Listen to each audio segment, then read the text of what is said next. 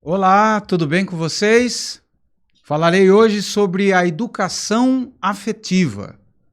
Afinal de contas, o que é educação afetiva? Educação não é educação? Não.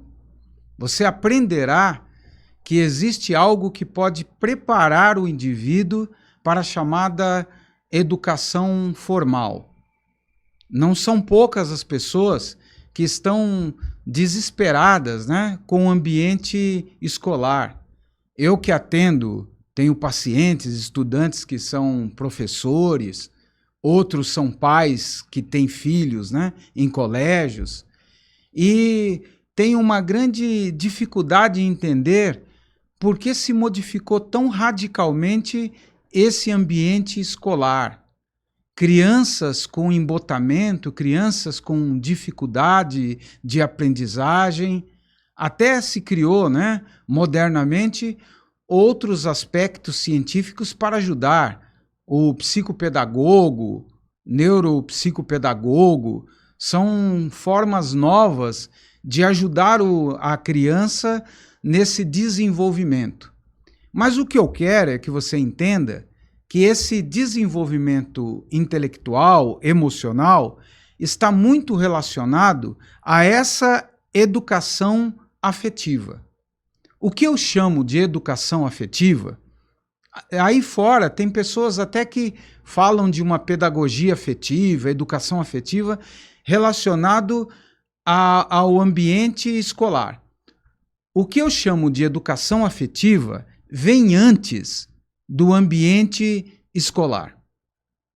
Falar de educação afetiva, a partir do meu ponto de vista, é falar no preparo que os pais oferecem para que a criança possa aprender, possa assimilar. Por isso, essa educação afetiva, nesse sentido mais direto, acontece no lar. Por que as crianças têm tido grandes dificuldades no ambiente e na aprendizagem escolar? Porque não estão sendo preparadas dentro do âmbito da família. O ponto principal é exatamente esse preparo educacional feito a partir dos afetos que não tem acontecido.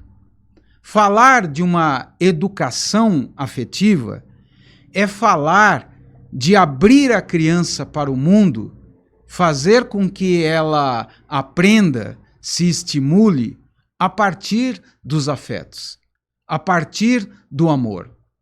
Se a mãe, se o pai não estão cônscios de seus papéis, se não estão cônscios do como podem, ser importantes dentro desse esquema, estarão distantes e não darão condição da criança exatamente desenvolver essa base vincular afetiva.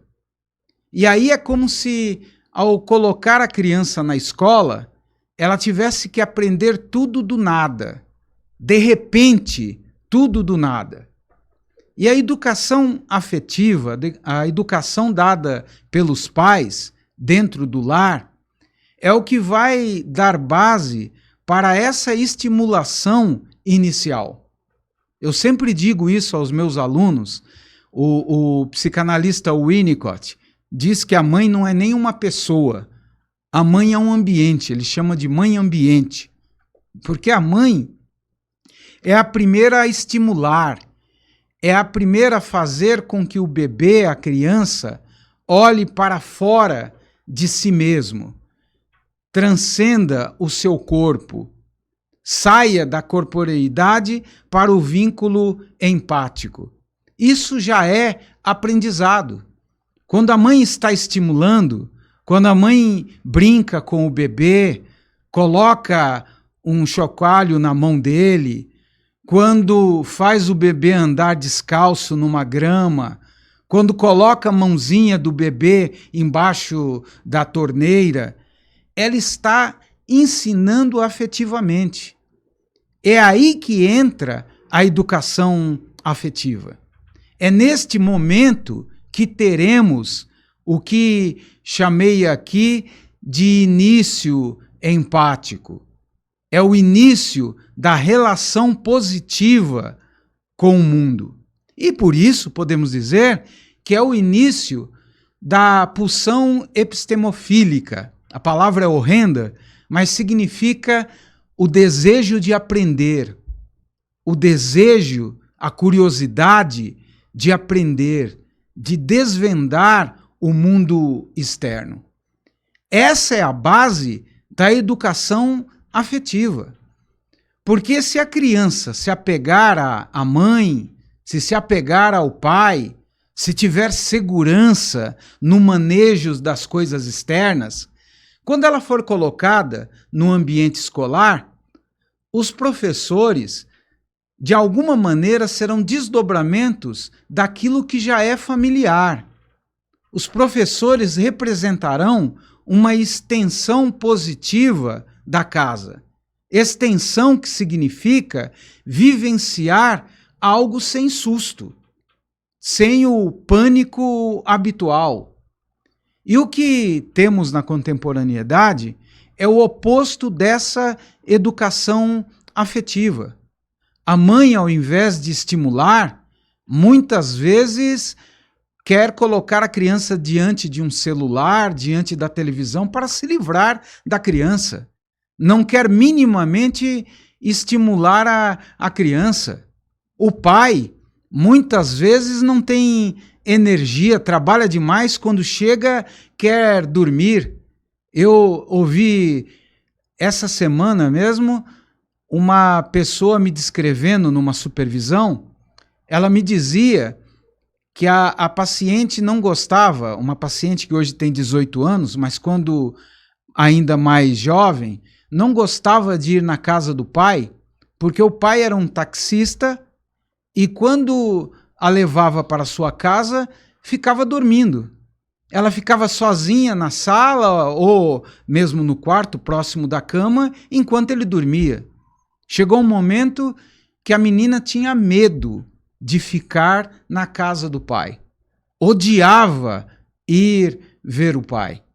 Percebam que essa é uma falha na educação afetiva. Essa falha na educação afetiva pode ser calamitosa. Por que a gente tem ouvido coisas horríveis como professores sendo espancados, ultrajados por alunos? É exatamente porque esses professores não recebem a transferência positiva da imagem dos pais.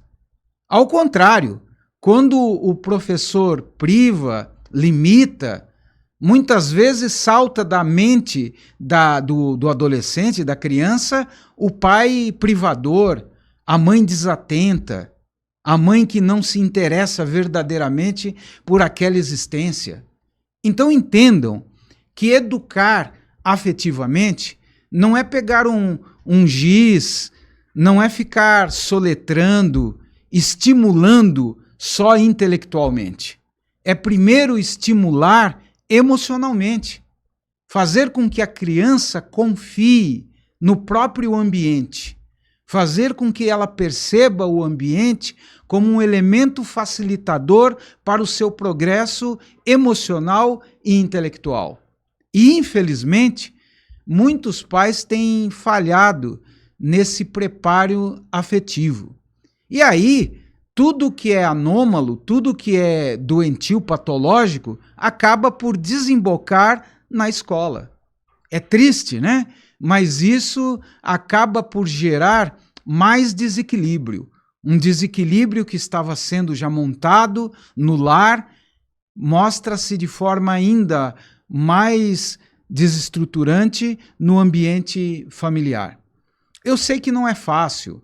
A vida cotidiana ela é cheia de nós.